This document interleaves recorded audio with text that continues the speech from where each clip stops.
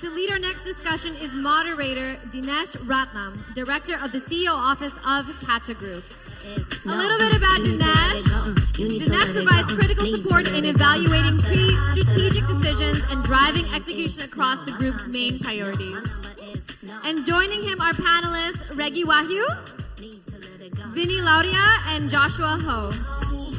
First you gonna say you ain't running game, thinking I believe in every word. Call me beautiful. Hey guys, so with blockchain, with Bitcoin being in the headlines every 2 days for the last 18 months, I was actually kind of surprised with the results of the poll this morning, where I think 70% of people here have not invested in cryptocurrency.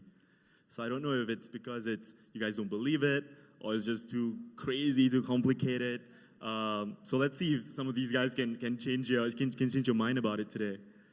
So what's interesting is that everyone on the panel today has actually been involved in the tech space for a while, before sort of like moving into the blockchain and crypto space, and some of them are still involved in the tech space as well. So I think it's good to hear their perspective on both sides of the coin. So I think they'll have good insights.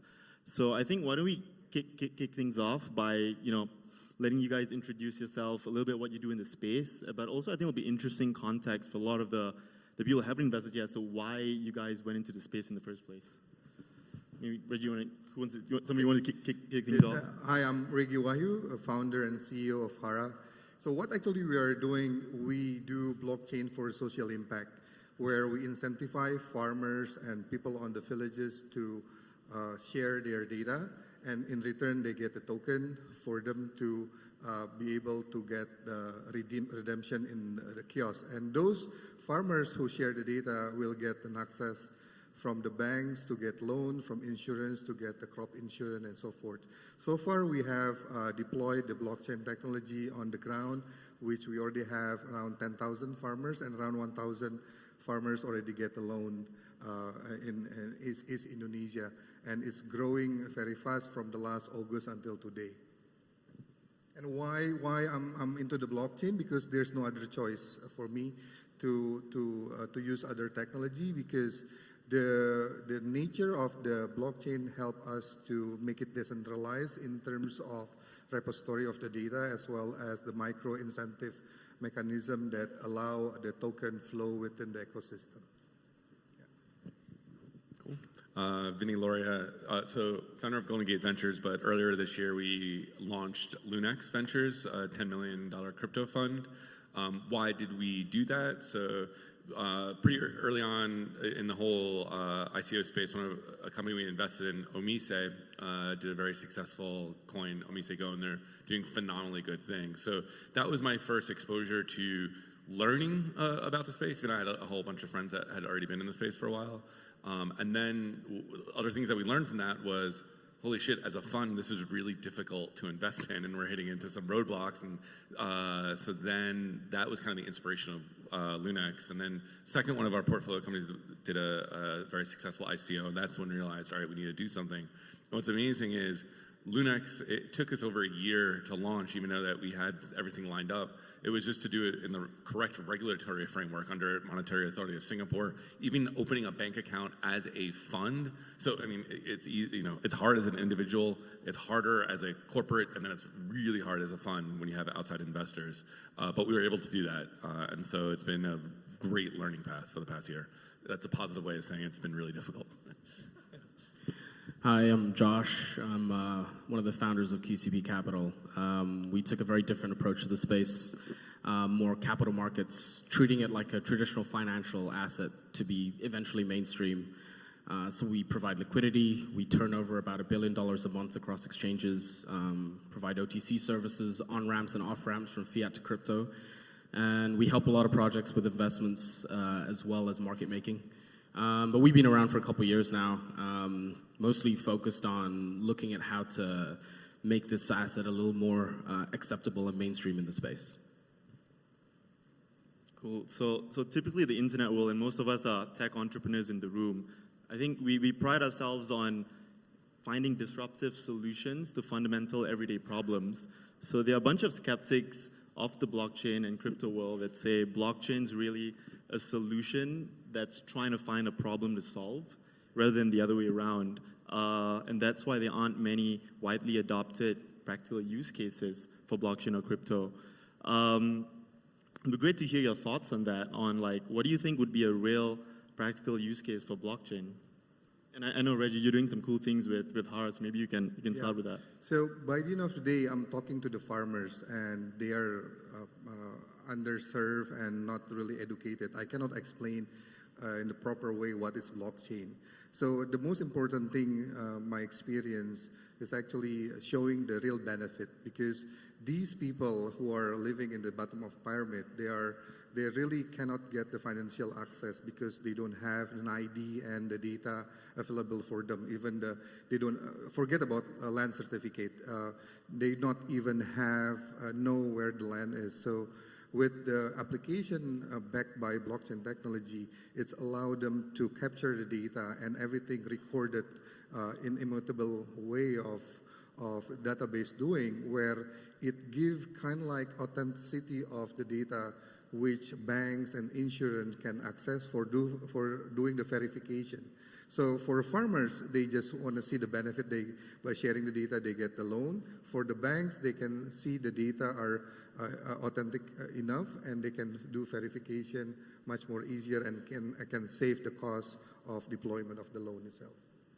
So it's more into the benefit. And my analogy would be, just by a hold of hands, how many people are familiar with the company Swift? There should be a few. Okay, so less people are investing in crypto. So Swift is what you use when you send money internationally, when you do a wire transfer. The point is, you don't need to know that it's happening. So yeah, I don't think you're going to ever be able to explain to a farmer blockchain and cryptocurrencies. But if they just know that I'm able to do something more efficiently, they'll like that. And so for me, the idea of decentralized networks is awesome. I am not in the camp like that is the only way, but there's going to be a hybrid. There's sometimes where being centralized for speed or whatever is worth it, and you pay higher costs. But decentralized is transformative. I mean, that's what the internet did. That's why it's such a big opportunity. Have you seen any cool use cases in some of the companies you guys have looked at? Yeah, I mean, so the companies that we have looked at or looking at right now, but this is where I'll use Omise as an example of doing very cool stuff. When we invested in them, they were using the blockchain on the back end, and this is before a year before their coin, and we thought it was very cool, and they were doing that for bank transfer processing, and they got approval within Thailand to actually do that, to record transactions that were happening. So from very early on, a really strong tech team, they were always thinking of it as, how do we make this something that's more scalable, more efficient, and faster than it's currently working?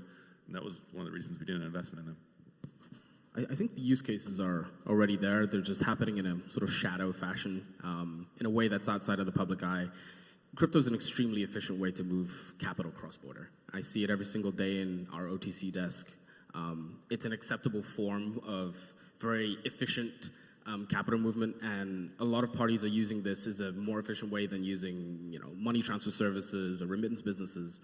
And most people look at the exchanges for a sign of volume, but in reality, most of it's done offline. About 80% of the true volume takes place off exchange. That's a part that most people don't see unless they're actually participating in the off exchange flows. So payments is the first use case, which is the first wave for what Bitcoin is. Yep. We've not really evolved beyond that, and I have a pretty dim view of most utility beyond that, at least for the next few years. So you can't talk about blockchain without touching on ICOs. So we've seen a rise and fall of ICOs over the last 12 to 18 months. What are your thoughts on ICOs as a fundraising tool or as an investment opportunity? It's terrible. Don't do it. It's crazy amount of money that has gone into it and the hype that has been created. And I would say you see a slowdown now. I think you're going to see an even bigger slowdown when people who had white papers that hit like an 18-month, 24-year month and nothing's happened, that's going to hurt. But the reality is, VC is an industry that is constantly changed over the past 60 years. It's not even 60 years old. So it's an industry that's changing. And so before even ICOs, the idea of crowdfunding, and that's been pretty transformative and has put cash and funds into people around the world that normally wouldn't have raised. That's one reason we're even an investor in AngelList. We were one of the first VCs to invest in AngelList, where from an AngelList standpoint, it's supposed to disrupt VC, but for me to be progressive, we need to be understanding and a part and evolve as an investment entity. It's a funding mechanism without any of the economics of control that come with traditional investing, which you'd be most familiar with. And because of the macro conditions, you have a lot of founders that are simply not financially savvy enough to trade something that's already liquid. It's very unnatural liquidity that's forced upon early stage venture. And many people were not prepared. So I think what you're seeing now in the bear market, people are being shaken out. Like, a lot of stronger founders will come through, stronger projects will survive, and those with a bit of financial savvy will do better than the others. I need to disclose, we are still on the ICO process right now. The key for us is the education, making sure the people who are contributing on us is actually understand what is the risk that they are getting into.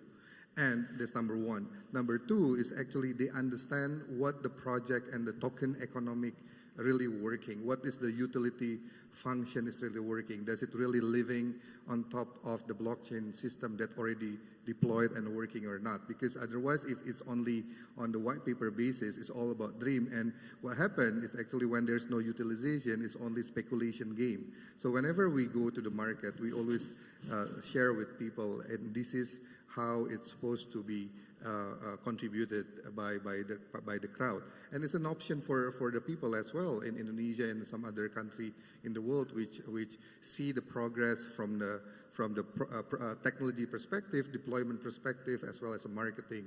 So it's a good option for us. I think that makes sense. I think I would agree, education is probably the most important thing in the whole space right now. I mean, there are a lot of people who, I think in traditional fundraising, you've got accredited investors putting money in something that they understand, whereas I think the whole wave of ICOs was driven by a lot of people who didn't really understand what they're putting money into. So I think hopefully in the next wave we'll see more and more people getting more educated in the space and people provide more disclosure.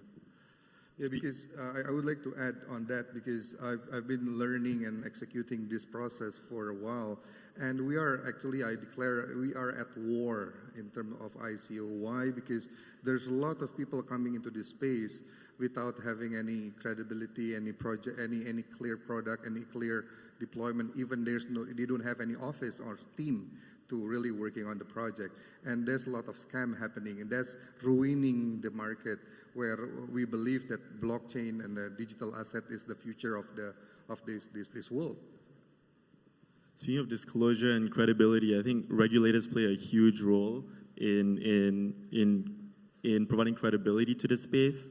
And driving adoption as well. We've seen a lot of interesting movement in the Southeast Asian landscape from regulators. What are your thoughts on that, or what more needs to be done from regulators? Well, Singapore is, I think, leading the way on a lot of this. Payment services bill came out last month, but it's pretty wide-ranging. I think across the board, it's slow going.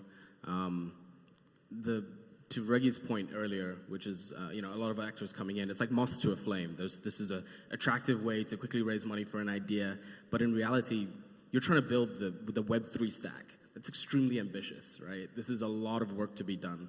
It's an idea that takes billions of dollars to achieve, but what worries me is you have so many projects coming in with very fragmented war chests, and it's going to be very hard to affect change with such little money across so many competing projects.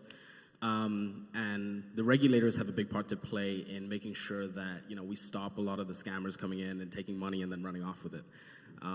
So I'm looking towards Singapore as kind of the thought leader on a lot of this. I would like to comment. I would like to say that I'm happy with Indonesian regulators. Why I'm happy? Because they're open for discussion. So that's the thing what we need as an industry player, for government to discuss and talk about it and address their concern, and willing to benchmark to other countries, for example, like EMEAS in Singapore. Last month we went to Switzerland to benchmark with Crypto Valley in Zug. So it's open-minded kind of government that I'm foreseeing right now, and so far it's been a very productive discussion that we have in the country. The one thing I was just going to add is just as an American that's out here, what's funny is you can say some of these markets are more heavily regulated, maybe with foreign investment, but on things like crypto, I would say they tend to take a more open, more progressive view, or even on then health tech, a more progressive view, at least willing to see change. There's not this legacy infrastructure that's so difficult to change. That's the one exciting thing about this region, and I agree. Singapore is even the Singapore utility company is rumored to be working on a blockchain initiative for pricing in the market. So Singapore really is a thought leader in the space as a government goes. Yeah, I think Singapore's like kind of the first mover, and I think there are a lot of other governments that sort of came in as well. I think the Philippines is also another one. I think that's done a lot of Thailand as well. So there's a lot of interesting movement. Speaking of movement, well, it's very opportunistic, right? If there's money to be made and there's taxes to be earned, right? Why not regulate, right? Bring them here. Right? Singapore's modus has always been wait for the big boys to land their regulations, slip in behind something a little more relaxed, and then everybody goes there, right? Exactly. I'm not going to comment further on that, but speaking of movement, so I think we're kind of running out of time, so we have time for one last question. So this is, I guess it'll be interesting to hear what's your, since Patrick opened the whole day with a bunch of 8 predictions for Southeast Asia, and I think 3 for Indonesia. So what would your crazy prediction be for blockchain or crypto in Southeast Asia in 2019, or whatever time frame you wanna put to it? Is this a price prediction question? I hope it's not. If you want to predict the price of Bitcoin in 2020. No. For me, I think Indonesia is a good country to start with the blockchain. Why? Because blockchain has always been based on consensus, and Indonesia has ideology of the country, which is Pancasila. For me, blockchain is Pancasila, which is sila keempat, and sila kelima, musyawarah mufakat, and keadilan sosial bagi seluruh rakyat Indonesia. So we have always been a good country to having a consensus between our neighborhood and the country as well. I want to see what you're wild. I think China's going to be a really big moving force in all of this. And in spite of all the bad news you hear about China banning crypto, so on and so forth, it's always been our impression that the idea of a technology that could help them propagate their currency to influence the world in a bigger way, the digital renminbi, is not something they would ever suppress. So I imagine, maybe not 2019, but inside of the next few years, and it's part of it's part of their roadmap, right? The Chinese Communist Party roadmap is to digitize the renminbi even further, and that could be so easily done. So imagine if they took Alipay, WeChat, and in the second turn that float digital. The influence they would have that they're already trying to do through One Belt, One Road would be manifold. Huge, yeah. Right? So I think that could be the biggest game changer, and I'm not surprised if they did that kind of under the radar. Yeah. And so that does, Patrick did say, I think is one of the big things, digitize wallet or payments. And so whether it's crypto or not, who knows, but the idea that something in this region, and that's going to happen over the next few years, 100%. But the crazy thing I think about is with like China and Russia, when we've looked at a bunch of like the early ICOs, like sometimes you can't always tell, but it definitely looks like there's a number of state actors that have continuously bought a lot in this space. So I almost wonder if it's around influence and, hey, we have enough and let's just like make sure we're touching a whole bunch of different things and can have some influence of that in the future. Yeah, I actually had a friend who posited a crazy idea. It's like, what if we track down all the kids or the children of politicians who owned crypto and then called them out on it and see if if it was suddenly illegal to hold it in your wallet, what would the regulators do at that point or the politicians do at that point? Because it's a generational thing, right? If you think of Bitcoin as people perceive it, digital gold, I talk to my nieces and nephews, 8, 9 years old now, talking about gold, talking about Bitcoin, they know more about the latter. And if that's a generation that'll be using this as payments and stored value in the next 9 to 10 years when they come of working age, it'll be completely normal by then. And he already knows more about it than most of my peers. So it's within our lifetimes. It just has to be carefully managed. By the way, my son bought the Nintendo Switch using Bitcoin in Japan last winter. It's happening. It's interesting. Everyone says it's a millennial thing, but then the reality is that in 20 years, the millennials are the ones that are going to be running the world. So it's kind of like it's a generational thing. But I guess let's see how long it takes to get there. Cool. Well, thank you so much for your time, guys. I hope that was helpful for everyone. And I don't know if you guys are going to go home and invest in crypto now, but hopefully that was informative. Right. Thank you. Thank you. Thank you, gentlemen.